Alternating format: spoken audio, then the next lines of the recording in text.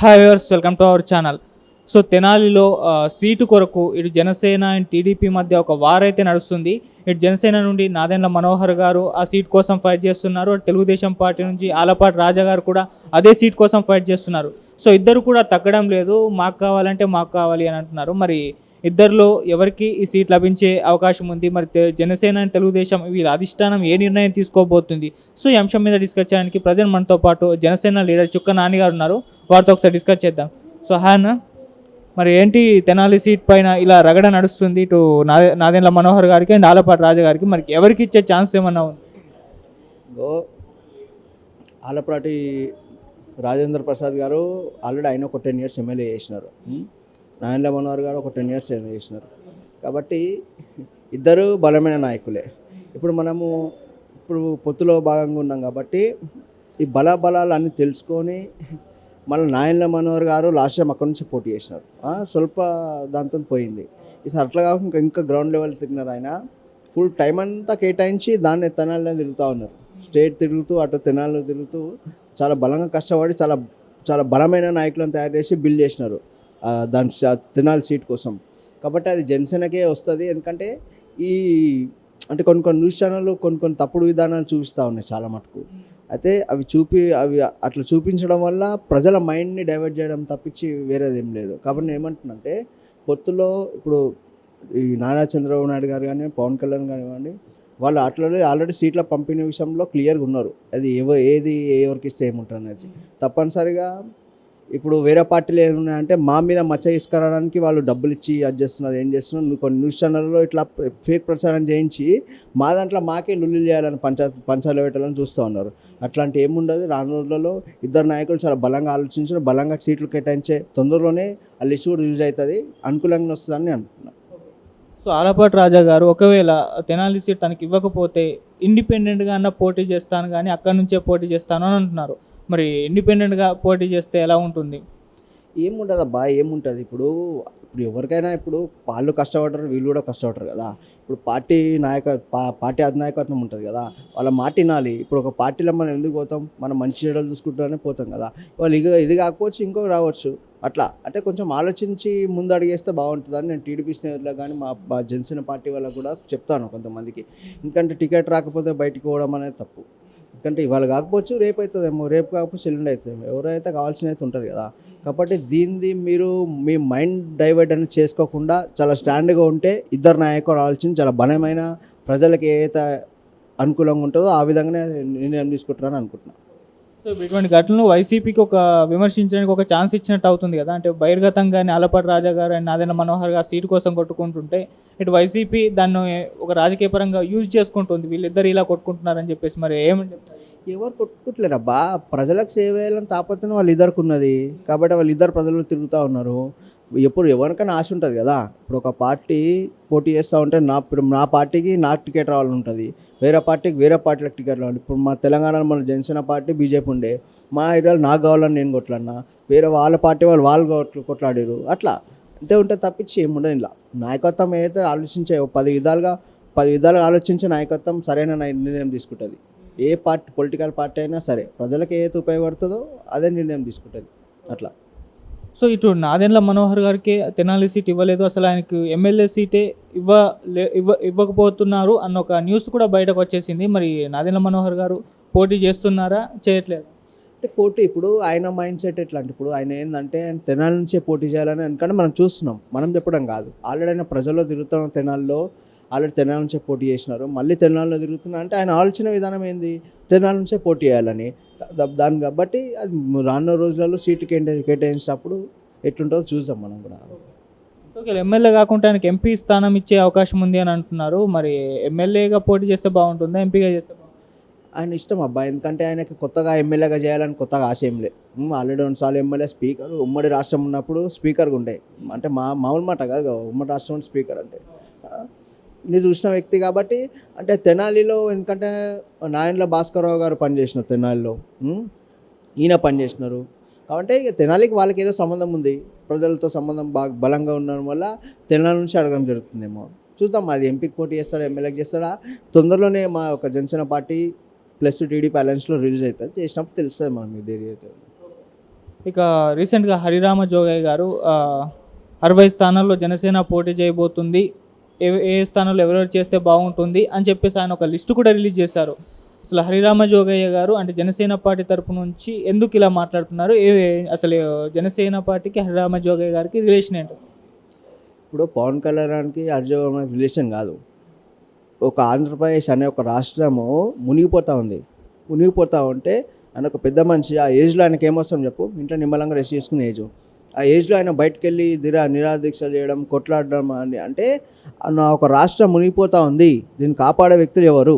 కాపాడే వ్యక్తులు బలమైన వ్యక్తి పవన్ కళ్యాణ్ గారు ఉన్నారు కాబట్టి ఆయనకు మద్దతుగా రావడం జరుగుతూ ఉంది. అట్లా ఎందుకంటే ఒక రాష్ట్రం మునిగిపోతూ ఉంటే ఎవరికైనా ఉంటుంది కదా. ఆయన కూడా కొన్నిసార్లు ఎమ్మెల్యే చేసినారు. ఆయన కూడా ఒక కాపు సంఘము ప్రెసిడెంటు, ఆయన కూడా ఉంటుంది కదా. కొన్ని వేల మంది ఆయనతో పాటు ఉంటారు కదా. వాళ్ళందరినీ జీవితాలు దృష్టిలో పెట్టుకొని పవన్ కళ్యాణ్ అయితే బాగుంటుంది అనేసి ఆయనకు పవన్ కళ్యాణ్ గారికి ఎట్లయితే వెళ్తే బాగుంటుందో ఆయన ఒక అనుభవాన్ని ఆయనకి ఇస్తూ ఉన్నారు. అట్లా అంటే ఇంకో న్యూస్ ఏంటంటే పవన్ కళ్యాణ్ గారే ఆయనతో ఇలా అంటే టీడీపీ మీద ఒక ప్రెషర్ తీసుకురావడానికి 60 స్థానాల నుంచి పోటీ చేస్తున్నామని మీరే ఇలా ఒక న్యూస్ రిలీజ్ చేయండి, దీని వెనుకుంది కూడా పవన్ కళ్యాణ్ గారి హరిరామజోగయ్య గారితో ఇలా చెప్పిస్తున్నారు అన్న న్యూస్ కూడా ఇలా వైరల్ అయ్యాయి. మరి దీనిపైన ఆయన హరిరామజోగయ్య గారు నిరాదీక్ష, ఈ వయసులో నిరాదీక్ష చేసిన వ్యక్తి ఆయనకు ఒకటి చెప్తే అయినా మంచి ఆయన ఆ ఏజ్లో ఎవరైనా వింటారా? అంటే ఎంత అనుభవం ఉండాలి ఆయనకి. కాపు బిడ్డగా, ఒక కాపు సామాజిక వర్గ ఒక ప్రెసిడెంట్గా నీకు ఎంత అనుభవం ఉండాలి అని చెప్పి అయినా మంచి కాదు. కాబట్టి ఆయన సొంత విధంగానే అట్లా ఇది ఏదో అంటే టీడీపీ చేసేది ఏమి ఉండదు ఇక్కడ. ఎందుకంటే ఆయన అనుభవం ఆయన రాష్ట్రం అంతా ఖరాబ్ అవుతుంది అని ఒక దాంతో పవన్ కళ్యాణ్కి సపోర్ట్ చేస్తూ ఉన్నారు. ఇక టీడీపీ అంటే రీసెంట్ టైంలో చూసుకుంటే పవన్ కళ్యాణ్ గారి కంటే ఎక్కువ షర్మిల గారి పైన ఫోకస్ చేస్తుంది. అంటే షర్మిల గారిని అడ్డు పెట్టుకుని వైసీపీ ఓట్లు చీల్చడానికి ప్రయత్నిస్తుంది, పవన్ కళ్యాణ్ గారిని పక్కన పెట్టేశారు అని చెప్పేసి న్యూస్లు రావడం చూస్తున్నాం. మరి దీన్ని ఏ విధంగా ఏముండదబ్బా. ఇప్పుడు మేము మాది అలయన్స్లో ఉన్నాం. ఎవరిని ఒకరి కోసం ఒకరు పక్కన పెట్టాల్సిన అవసరం లేదు. మా బలం ఎంత ఉందో టీడీపీకి ఇస్తూ ఉన్నాం. టీడీపీ బలం ఎంతో మేము తీసుకుంటున్నాం. మధ్యలో షర్మిల గారు వచ్చినంత మాత్రాన అది ఏమి ఉండదు. షర్మిల గారు వాళ్ళది ఒక పార్టీ అధ్యక్షురాలు అయింది ఇప్పుడు ఆమె. కాబట్టి ఆమె కోసం కూడా కొంచెం అలిగేషన్ తీసుకొస్తారు బయటికి. ఎందుకంటే జగన్కి అగెనిస్ట్గా పోతుంది కాబట్టి ఇట్లాంటి న్యూస్లు చాలా తీసుకొస్తారు. ఇంకా రానున్న రోజులలో కూడా చాలా అయితే ఇంకా చాలా ఉంటుంది. ఇంకా 3 నెలల నుంచి ఎలక్షన్స్, కానీ 100 రోజులలో ఇంకా చాలా ఉంటుంది. అట్లా ఇంకోటి ఏంటంటే ఇప్పుడు పవన్ కళ్యాణ్ గారే ఇప్పుడు ఆమెకు సపోర్ట్ చేస్తున్నారని ఒక న్యూస్ తీసుకొస్తారు. వేరే చాలా రకాల న్యూస్ వస్తాయి. ఏంటంటే ఇక్కడ కంబైండ్ ఏంటంటే మేము జనసేన పార్టీ తెలుగుదేశం పార్టీ కలిసిపోతూ ఉంది టీడీపీలో. ఇది క్లియర్. ఎవరు వచ్చి ఏం చేసినా కూడా ఏం అయ్యేది లేదు. ఇది ఎప్పుడో ఫిక్స్ అయిపోయింది. ఇది అంతే. ఇక ప్రజలు కూడా అందులో క్లియర్గా ఉన్నారు. ప్రజలకి క్లియర్ ఉన్న తర్వాత వాళ్ళు వచ్చి ఏం చేసేదంటే ఏం చేసేది ఉండదు. షర్మిల గారు పీసీసీ చీఫ్ అయ్యారు కదా, మీ ఒపీనియన్ ఏంటి? కావాలి కదా. ఎందుకంటే పాపం ఆమె తెలంగాణలో బాగా కష్టపడి ఏపీలో కూడా కొంచెం కష్టపడి మంచి స్థాయికి రావాలని నేను కూడా కోరుకుంటున్నా. ఎందుకంటే ఆమె పాపం వాళ్ళ అన్న కోసం కష్టపడ్డది. అప్పుడు వాళ్ళ అన్న కోసం కష్టపడి ఏమాత్రం ఆశించలేదు. ఆమెకు కూడా అంత ఇంత గ్రాఫ్ ఉంది కదా. ఆమె కూడా మంచి స్థాయికి రావాలని కోరుతూ ఉన్నాం. అంతే.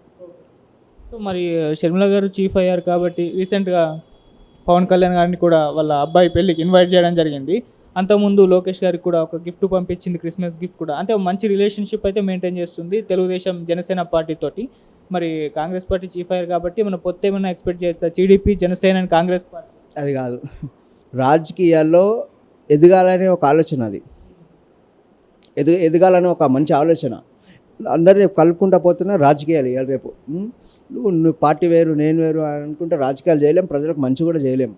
అందరిని కలుపుకుంటూ పోతేనే రేపు మనకు ఏదైనా ఆపద వచ్చినప్పుడు వేరే నాయకులు వచ్చి మనకు సపోర్ట్ చేస్తారు.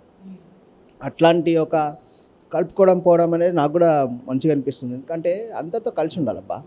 ఇప్పుడు పార్టీలు ఉండొచ్చు, ఏమైనా ఉండొచ్చు, కానీ విమర్శలు చేయడం కానీ ఇట్లాంటి ఇప్పుడు ఏంటంటే విమర్శలు మనమే చేయొచ్చు, రాజకీయంగా చేయొచ్చు, కానీ ఇంట్లో వాళ్ళ దగ్గరికి వెళ్ళి అంత డీప్గా విమర్శలు చేయడం అనేది తప్పు.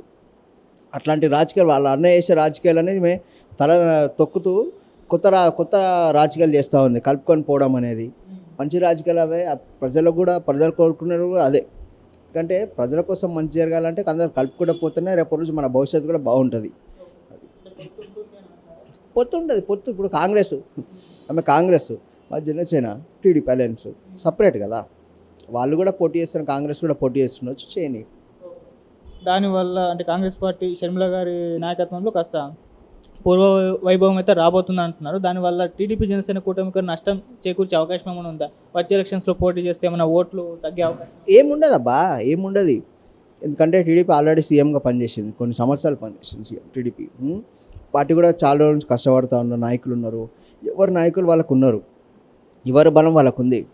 కాంగ్రెస్ క్యాడర్ ఏదైతే ఉందో కొంచెము అది వైఎస్ఆర్సీపీలకు పోయింది. వాళ్ళు ఏమన్నా ఓట్లు చీర్చాలంటే వైఎస్ఆర్సీపీలో ఓట్లు మాత్రం చీరుస్తుంది. వాళ్ళని ఏమన్నా కొత్త నాయకులను తయారు చేయాలంటే వైఎస్ఆర్సీపీలోనే తయారు చేసుకుంటారు. ఇలా మా దాంట్లోకి వెళ్ళి పోయే అవసరం ఉండదు. ఎందుకంటే రేపు మాపు టీడీపీ జనసేన పార్టీ అలయన్స్లో రాబోతూ ఉంది. మా దాని నుంచి బయటకు ఎందుకు వస్తుంది పోరు. ఏమున్నా వైఎస్ఆర్ పార్టీ వైసీపీ పార్టీ నుంచి మాత్రమే ఇలా వస్తే తప్పించి మ్యాక్సిమము వైఎస్ఆర్సీపీ పార్టీలో ఉన్న నాయకులందరూ కాంగ్రెస్ నుంచి పోయిన వాళ్ళే. వాళ్ళు వీళ్ళకి వస్తే తప్పించి మా దాని నుంచి పోయే అవసరం లేదు. ఎందుకంటే కాంగ్రెస్ నుంచి మా దాంట్లోకి ఎవరు రాలే, మేము కొత్తగా తయారు చేసుకున్నాం నాయకులందరినీ. కాబట్టి అట్లా. సో వైసీపీ నుంచి రాబోతున్న ఒక కాపు నేత ముద్రగడ పద్మనాభం గారు అంటే రీసెంట్గా పవన్ కళ్యాణ్ గారితో చర్చలు అయితే జరుపుతున్నారు. రేపో మాపో జాయిన్ అయ్యే అవకాశం ఉంది అనుకుంటున్నారు. అయితే అక్కడ ఆయన 3 సీట్లు ఎక్స్పెక్ట్ చేస్తారు, ఆయనకి, వాళ్ళ అబ్బాయికి, వాళ్ళ వైఫ్కి. అది ఇవ్వలేనని జగన్ గారు చెప్పడంతో బయటకు వచ్చేసారు. మరి ఇప్పుడు జనసేన పార్టీలో చేరబోతున్నా అంటున్నారు. మరి ఆయన అడిగిన 3 స్థానాల్లో ఇచ్చే అవకాశం ఏమన్నా ఉందా? ఏమో చేరిన తర్వాత కమిట్మెంట్ ఎట్లుంటుంది అంటే ప్రజలకు సేవ చేస్తామన్న తర్వాత 100% వాళ్ళకి ఏది చేయాలో అది చేయాలి. పొలిటికల్ పార్టీ ఎజెండానే అది. ఏ పొలిటికల్ పార్టీ అయినదే. వేరే నాయకుడు ఇప్పుడు ఒక 10 సంవత్సరాలు నేను ఎమ్మెల్యేగా పనిచేసిన, ఒక మల్కాజ్గిరి ఎమ్మెల్యేగా 10 సంవత్సరాలు పనిచేసిన, చేసి నా పార్టీ నాకు టికెట్ ఇవ్వనప్పుడు నా ప్రజలకు నేను ఏం చెప్పుకోవాలి? తప్పనిసరిగా వేరే పార్టీకి పోతా కదా. వేరే పార్టీకి పోయినప్పుడు నా ఒక బలబలాన్ని చూసుకుని నా పార్టీ ఇస్తుందా అయ్యేది అనేది ఫ్యూచర్. ఇది కూడా అంతే, వాళ్ళ బలబలాన్ని చూసి ఫ్యూచర్ టికెట్ వాళ్ళకి ఇవ్వాలన్నా లేదా అనేది ఇస్తారు. అంటే పెద్ద నాయకులే కాబట్టి ఇచ్చే అవకాశాలు ఉంటాయి. అంటే ఫ్యామిలీ అందరికి ఇవ్వాలంటే కష్టం, ఎందుకంటే మా దాంట్లో కూడా కష్టపడి బైక్ వచ్చిన వాళ్ళు ఉన్నారు కదా. 35 నుంచి 40 స్థానాలు ఇవ్వబోతున్నారు అనే ఒక న్యూస్ అయితే వచ్చింది. మరి 35 నుంచి 40 స్థానాలు సరిపోతాయా జనసేన పార్టీకి? ఇంకెక్కువ అడిగే అవకాశం ఉందా, లేకుంటే వీటితో సరిపెట్టుకుంటారు? 50 నుంచి 60 దాకా వస్తాయి అబ్బా, క్లియర్. నా అంచనా మటుకు పార్టీ ఇప్పుడు పవన్ కళ్యాణ్ గారు మా అధినేత ఏమనుకుంటుంది తెలియదు, కానీ నా అంచనా మటుకు 50 నుంచి 60 వరకు వస్తాయి ఈజీగా. 50 నుంచి 60 వస్తారు, 50 వరకు గెలిచే అవకాశాలు ఉన్నాయి. ఇంకా మా గ్రౌండ్ రిపోర్ట్, మాకు సర్వేలు అవన్నీ కలిసి 50 వరకు గెలిచే అవకాశాలు ఉన్నాయి. కాబట్టి అది తొందరలో రిలీజ్ చేస్తారు, అది ఏందో అనేది చూద్దాం. 50 నుంచి 60 అంటున్నారు, కాకపోతే అన్ని స్థానాల్లో పోటీ చేయించడానికి అభ్యర్థులు లేరు అన్న ఒక వార్త కూడా బయటకు వచ్చింది. సో ఉన్నారబ్బా, ఎందుకు లేరు? లాస్ట్ టైం పోటీ లేదా? లాస్ట్ టైం చేసినాం కదా, సింగిల్గానే పోయినాం కదా. లాస్ట్ టైం పొత్తు లేకుండా సింగిల్గా పోయినాం. ఇంక ఈసారికి ఇంకా బలం పెరిగింది మాది. వేరే నాయకులు వస్తూ ఉన్నారు, వేరే పార్టీల నుంచి నాయకులు వస్తూ ఉన్నారు చాలామంది. కాబట్టి మేము ఏమంటున్నామంటే పవన్ కళ్యాణ్ గారు నాయకులను ఎట్లా తయారు చేసినంటే ఇప్పుడు ఈ ప్రజల నుంచి పుట్టిన నాయకులను తయారు చేసారు. ఎవరినో కోట్లున్న లక్షల కోట్లున్న తీసుకొచ్చి పెట్టలేదు మా పార్టీలో. మంచి ప్రజలకు బేస్ ఉన్న నాయకులను తీసుకొచ్చి వాళ్ళని రాష్ట్ర నాయకుడిగా తయారు చేసి ప్రజలకు అప్పచెప్తూ ఉన్నారు. కాబట్టి మేము ఏదంటున్నామంటే రానున్న రోజులలో కొత్త యువతరం, కొత్త నాయకులు బయటికి రావాలి, ఇంకా బయటికి రావాలని కోరుతూ పవన్ కళ్యాణ్ లక్ష్యం కూడా అదే. కొత్త నాయకులను తీసుకురావాలి, పాత వాళ్ళని మొత్తం క్లీన్ అవుట్ చేసేసి, పాత వాళ్ళ రాజకీయాలు అంటే డబ్బు రాజకీయాలు, ఈ డబ్బు రాజకీయాలను తందొని కొత్త నాయకులను తీసుకొచ్చే లక్ష్యంతో పవన్ కళ్యాణ్ పనిచేస్తూ ఉంటారు.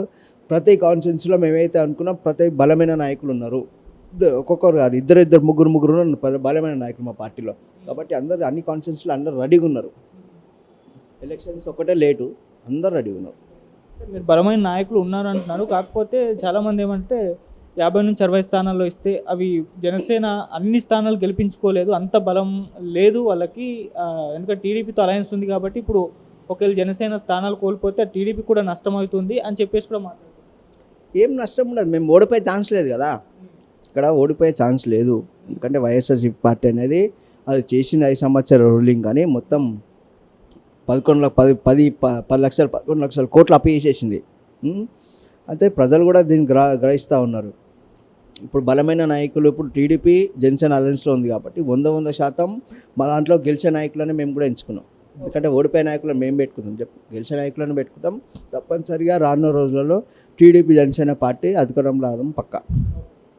ఎక్కువగా ఉభయ గోదావరి జిల్లాలోనే అత్యధికంగా సీట్లు ఇస్తున్నారు. శ్రీకాకుళం జిల్లాలో ఒక్కటి కూడా సీట్ ఇవ్వట్లేదు అని అంటున్నారు. మరి ఉభయ గోదావరి జిల్లాలో జనసేన చాలా బలంగా ఉంది అనుకోవచ్చు. శ్రీకాకుళం కూడా బలంగా ఉన్నది, ఉభయ గోదావరి జిల్లాలో కూడా బలంగా ఉంది. ఎందుకంటే శ్రీకాకుళంలో మేము అప్పుడు యూత్కి సంబంధించి ఒక సభ పెట్టినాం. లక్షల మంది వచ్చారు దానికి.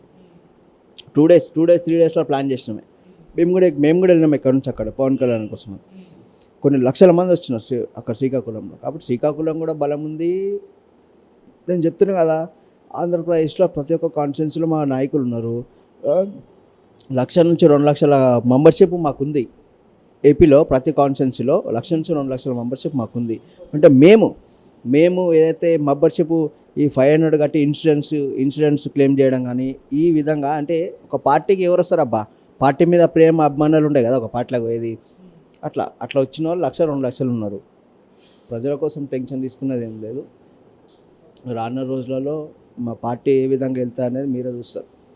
50 నుంచి 60 స్థానాలు అన్నారు కదా, మరి 50 నుంచి 60 స్థానాలు ఇస్తే దాదాపు ఎన్ని స్థానాల వరకు జనసేన పార్టీ గెలిచే అవకాశం? ఇగో అన్నీ గెలుస్తాం అబ్బా. ఇప్పుడు అన్నీ గెలుస్తాం. మా అంటే 4-5 ఓట్లు వస్తాయి కానీ అన్నీ గెలుస్తాం. ఎందుకంటే ప్రజలు కూడా వైఎస్ఆర్సీపీ పార్టీ అనేది వద్దనుకుంటున్నారు. కాబట్టి టీడీపీ జనసేన పార్టీ ఉంది. మాకు తప్పించి వేరే వాళ్ళు ఇంకో ఆప్షన్ లేరు కదా. కాంగ్రెస్ వస్తే 1-2 కాంగ్రెస్కి వస్తుండొచ్చు కానీ తప్పనిసరిగా మాకే ఉంటుంది. మేము ఏవైతే గెలుస్తామో అవే అడుగుతున్నాం, అవే తీసుకుంటున్నాం కూడా.